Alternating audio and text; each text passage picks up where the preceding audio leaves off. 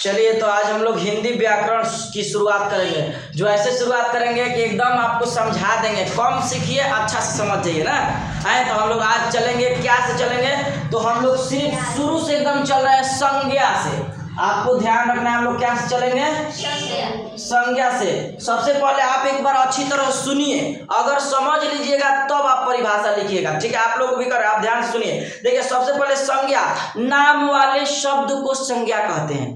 नाम वाले शब्द को अब अच्छी तरह से सीखिए। संज्ञा तो सब लोग सिखाते हैं, लेकिन यहाँ सीखिए, अलग मिलेगा, यकीन मानिए। देखिए अभी सुनिए, अब पहले परिभाषा सुन लीजिए, उसके बाद हम लोग देखें। प्रत्येक वस्तु का कोई ना कोई नाम होता है, व्याकरण की भाषा में उसी नाम को संज्ञा कहा जाता है। देखिए संसार में प्रत्येक वस्तु का कोई ना कोई तो नाम होगा ना नाम, तो उसी नाम को क्या कहेंगे, संज्ञा कहेंगे। क्लियर। अब देखिए एक और चीज सीख लीजिए। अब हम लोग जैसे में, अच्छा संज्ञा हम लोग सब लोग बताते हैं, अच्छा आप लोगों को ये भी सीखना है, संज्ञा में किसी भी प्रत्येक वस्तु, तो हम लोग वस्तु में कई तरह की वस्तु है, स्थान, प्राणी, व्यक्ति, जानवर, इस सब में संज्ञा जानेंगे तो कुछ खास होगा।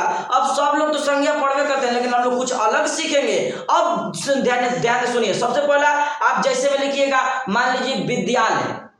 अब विद्यालय है तो ये विद्यालय कौन सा संज्ञा होगा, तो व्यक्ति। विद्यालय क्या होगा, स्थान। विद्यालय क्या है, स्थान। तो अब इसी तरह से स्थान में क्या आ जाएगा, विद्यालय, तो यह स्थान वाला संज्ञा होगा। ठीक। अब पक्षी में कहेंगे तो पक्षी में कौन कौन पक्षी आएगा, मोर, ये सब पक्षी वाला संज्ञा हो गया। तो संज्ञा में भी हम लोग को सीखना है, तो पूरी तरह से संज्ञा सीख लेना। ही नहीं कब किसी भी नाम को, चीज को संज्ञा कहते हैं, ये अच्छी बात है, लेकिन कौन सा स्थान वाला भी है। पक्षी या प्राणी, प्राणी का मतलब जानवर हो गया। जानवर में कौन हो जाएगा, मिसाल में शेर, बाघ, तो आप लोग अच्छी तरह से हो जाएगा। अब एक और ले लीजिए, जैसे में अब व्यक्ति में लीजिए, तो व्यक्ति में महात्मा गांधी, क्या होगा, महात्मा गांधी। भीमराव अम्बेडकर भी हो जाएगा। व्यक्ति के बारे में ये भी क्या है, संज्ञा है। हम लोग पहले ही पढ़े कि प्रत्येक वस्तु जिसका कोई ना कोई तो नाम होगा, तो ये सब नाम है, लेकिन ये किस प्रकार वाला नाम है, तो कोई स्थान वाला है, कोई प्राणी वाला है, कोई पक्षी वाला है, और कोई वस्तु वाला भी होगा। तो वस्तु का क्या मिसाल होगा, मान लीजिए जैसे किताब, कलम, स्याही, ये सब क्या हो जाएगा, वस्तु वाला। आप लोग लिख लीजिएगा, बोल रहे हैं तो लिखाने की जरूरत नहीं पड़ेगा, ध्यान रखिएगा, लिख लीजिएगा, ठीक है। तो अब वस्तु में हो गया, प्राणी में हो गया, व्यक्ति में भी हो गया, और स्थान में भी हो गया। इसके अलावा आपको बस इतना काफी है। अब आपको हेडिंग डालना है, स्थान, तो स्थान में कई आएगा, लिख लेंगे। एक मिसाल देंगे, जैसे विद्यालय, और सारा आएगा तो ये स्थान है, तो स्थान का नाम लिखेंगे। आया वस्तु में, तो वस्तु में स्याही, कलम, किताब। व्यक्ति में नाम लिखेंगे, और उसके बाद क्या आ रहा है, एक प्राणी में तो जानवर का नाम, पशु का लिख लेंगे। अब पक्षी में आ रहा है तो मोर, चिड़िया वगैरह, ये सब हो जाएगा। तो ये संज्ञा आप लोगों को स्थान वाला समझ में आया, प्राणी वाला अलग संज्ञा समझ में आया। अब इसका एक और चीज समझिए, इसका और परिभाषा सुन लीजिए, इस परिभाषा में आपको पूरा क्लियर होगा। देखिए संसार में प्रत्येक छोटी बड़ी वस्तु, प्रत्येक व्यक्ति, प्राणी, प्रत्येक स्थान का एक नाम होता है, उस नाम को संज्ञा कहते हैं। अच्छा देखिए यही ना चीज बताए, स्थान, प्रत्येक स्थान, प्रत्येक व्यक्ति, प्राणी, यही सब नाम को क्या कहेंगे, अब तो कोई नहीं सीखेगा तो बेवकूफ होगी। आप लोग सीख गए हैं ना, हाँ ठीक है। नहीं नाम वाला कोई काम नहीं, नहीं भी सीखना है तो कह देना हाँ का, ताकि लग जाए कि सीख गए हैं। तो ये आप आगे देखिए। अच्छा, और व्यक्तियों के नाम, वस्तुओं के नाम, स्थानों के नाम को क्या कहते हैं, ये भी एक परिभाषा हो जाएगा। व्यक्तियों के नाम, वस्तुओं के नाम, प्राणियों के, ये सब क्या आएगा, संज्ञा। आपको कई परिभाषा बोल दी, लिख लेना है, ठीक है ना। तो संज्ञा अब हमको नहीं लगता है कि समझ में किसी का नहीं आया, आ गया है ना संज्ञा समझ में। अब उसके अलावा चलते हैं हम लोग, दूसरा वर्ण एवं मात्रा है। क्या, वर्ण एवं मात्रा है। आपको हेडिंग समझना है। हमारे पास क्या है, लिखना कम, समझना ज्यादा है। बताए थे ना कि यहाँ पढ़ना नहीं, यहाँ हम लोग क्या करना है, सीखना है। हाँ तो सिखाते हैं बस। तो ये वर्ण, और हम लोग क्या सीखेंगे, विचार, मात्राएं ना, वर्ण एवं, आप लोग क्या लिखिए, वर्ण एवं मात्राएं,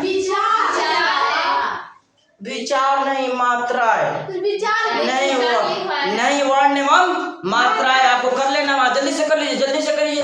वर्ण एवं मात्राएं। अच्छा, इसको क्या आज आप ये लेटर्स एंड वॉवेल मार्क्स तो समझ में लेना है आपको। तो आप देखिए, आप इसका परिभाषा पहले सुनिए तो देखिए आप लोग को समझ में अच्छी तरह से आ जाएगा। देखिए एक बार रोक रोक के आप लोग लिख भी सकती हैं, ठीक है। तो किसी भी भाषा की सबसे छोटी इकाई यानी कोई भी आवाज या कोई भी ध्वनि जिससे जोड़ तोड़ते जाइए जो सबसे अंत में बचता है उसे ही वर्ण कहा जाता है। मने समझ में आ रहा है, कोई भी क्या है, कोई भी आवाज होगा उसको तोड़ते जाइए जब तक वो नहीं बच जाएगा सिंगल, वो क्या होगा, वर्ण होगा। और देखिए जिसे तोड़ते जाइए अंत में जो अंत में बचेगा क्या कहेंगे, वर्ण होगा। और वर्ण होगा, जो बचता है उसे वर्ण कहा जाता है। वर्ण को अक्षर भी कहा जाता है। आपको बताया कि वर्ण को क्या कहा जाता है, अक्षर भी कहा जाता है। देखिए वर्णों को जब आप पॉइंट डाल के आप लिख सकती हैं, समझिए पहले, वर्णों को जब एक निश्चित क्रम में लिखा जाए तब वर्णमाला कहा जाता है। देखिए समझिए पहले, वर्णों को जब निश्चित के माना क्या होगा आप लोग समझ में, निश्चित मतलब तय हो, यानी एकदम फिक्स हो। तो यानी निश्चित क्या कर रहा है, जब वर्णों को जब एक निश्चित क्रम में लिखा जाए वर्णमाला कहा जाता है। मतलब एकदम अच्छी तरह से निश्चित है, वो फिक्स है, तो उसको लिख देना क्या कहलाता है, वर्णमाला। अभी हम आगे चलेंगे तो समझो, जैसे अ से लेकर अह तक और क से लेकर ज्ञ तक, ये सब लाइन से लिख देना, ये क्या कहलाता है, क्लियर हो गया ना। अब आगे देखिए, जैसे वर्णमाला अकेले रहे तो उसे वर्ण कहा जाएगा। अब वर्ण और वर्णमाला तो दोनों क्लियर है ना। अकेले रहे तो वर्ण और निश्चित रूप में क्रम से रहे तो क्लियर है ना। अब समझ में आ गया आपको, आ रहा है ना, उसमें नहीं आया था ना। अब देखिए क्लियर हो गया, वर्ण और वर्णमाला, संज्ञा भी क्लियर हुआ। अब आगे हम लोग देखते हैं। अब इसके अलावा देखिए वर्ण दो प्रकार के होते हैं। वर्ण आप इस तरह से इसको डाल लीजिएगा, ऐसे बना लीजिए, नहीं आ रहा तो वर्ण एक होता है स्वर, एक का हो व्यंजन।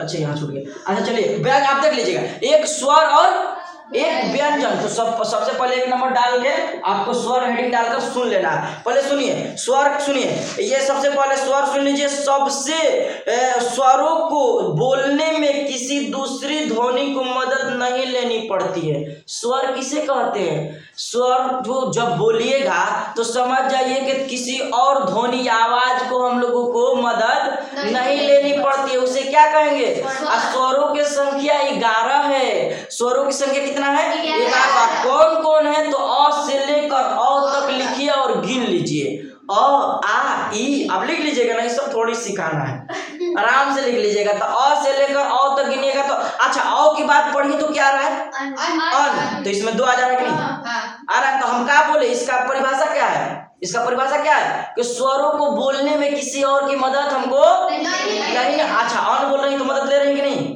कहाँ का मदद आ रहा है, हाँ। तो यही सीखना है, काहे और तक, तो ये भी क्लियर हो गया ना। तो ये स्वर आप लोगों को हुआ। और स्वरों की संख्या कितनी है पूछता है, आपको ध्यान रखिए, यही सब सवाल है ऑब्जेक्टिव में, सवाल में पूछता है कि स्वरों की संख्या कितनी है, कौन कौन। अच्छा ये भी पूछ देगा, दे देगा इनमें से स्वर है। अभी हम लोग जब ले चलेंगे ना तब आप लोगों को घुमाएंगे, उसमें घबराइए मत ना। स्वर है, ऑप्शन दे देगा, अ आ ई क, इसमें कौन स्वर नहीं है, हाँ। तो आप लोग समझ जाना है, ये सिर्फ स्वरों की संख्या कितनी है, 11। अब आगे सुनिए व्यंजन, ये आपको ध्यान रखना है। व्यंजन, अब सबसे पहले स्वर हम लोग डिफिनेशन सुन लिए कि स्वरों में क्या होता है, किसी और की मदद हमने की सहायता नहीं लेनी पड़ती है। और व्यंजन सुनिए, व्यंजन को बोलते समय स्वरों की सहायता लेनी पड़ती है। अपोजिट कर दीजिए उसका, इसमें सहायता नहीं लेनी, इसमें लेनी पड़ती है। अब देखिए लेनी पड़ती है। हिंदी में 33, कितना 33 कौन है, व्यंजन कितना है 33। अब लिखिए क से लेकर जहां रुकिए और गिन लीजिए, तो लास्ट वाला आएगा क्या, आप लिख लीजिएगा, इतना बुद्ध कोई थोड़ी है, ये लोग भी लिख लेंगे। तो कितना तक, ह तक। आप नहीं बुझा रहा है तो आपको कैसे लिखना है गिनने में अच्छा लगेगा।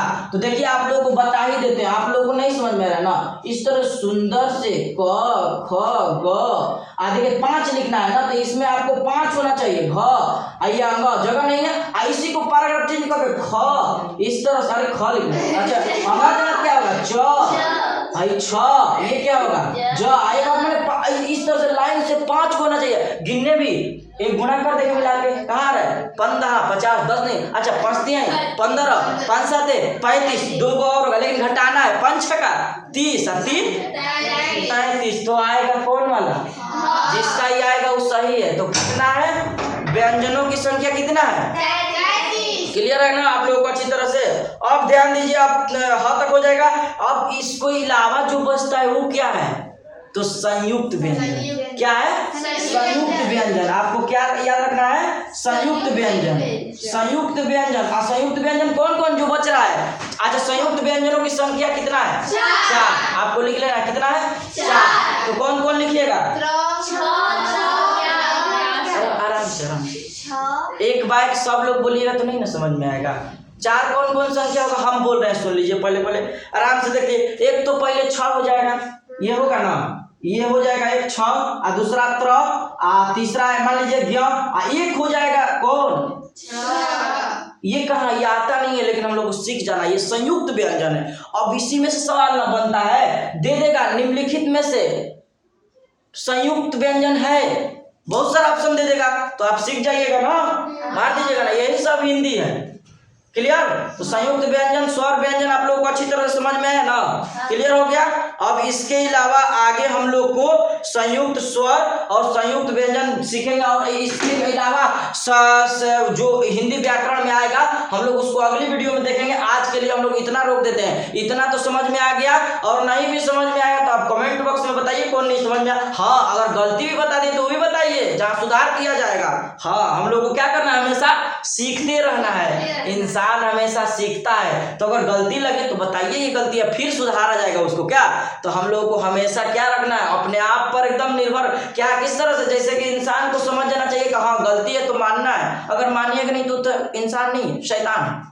तो समझिए गलती भी अपना स्वीकार करना है। तो इसलिए आज हम लोग इतना सीखे, और अगली वीडियो में इसी तरह से हम लोग सीखते रहेंगे। लिखना है जिसको रोक कर लिख सकते हैं, और अच्छी तरह समझ लेना, जो नहीं समझ में आए पूछ सकते हैं। ठीक है, तो आज के लिए हम लोग इतना ही रहने देते हैं। ठीक है।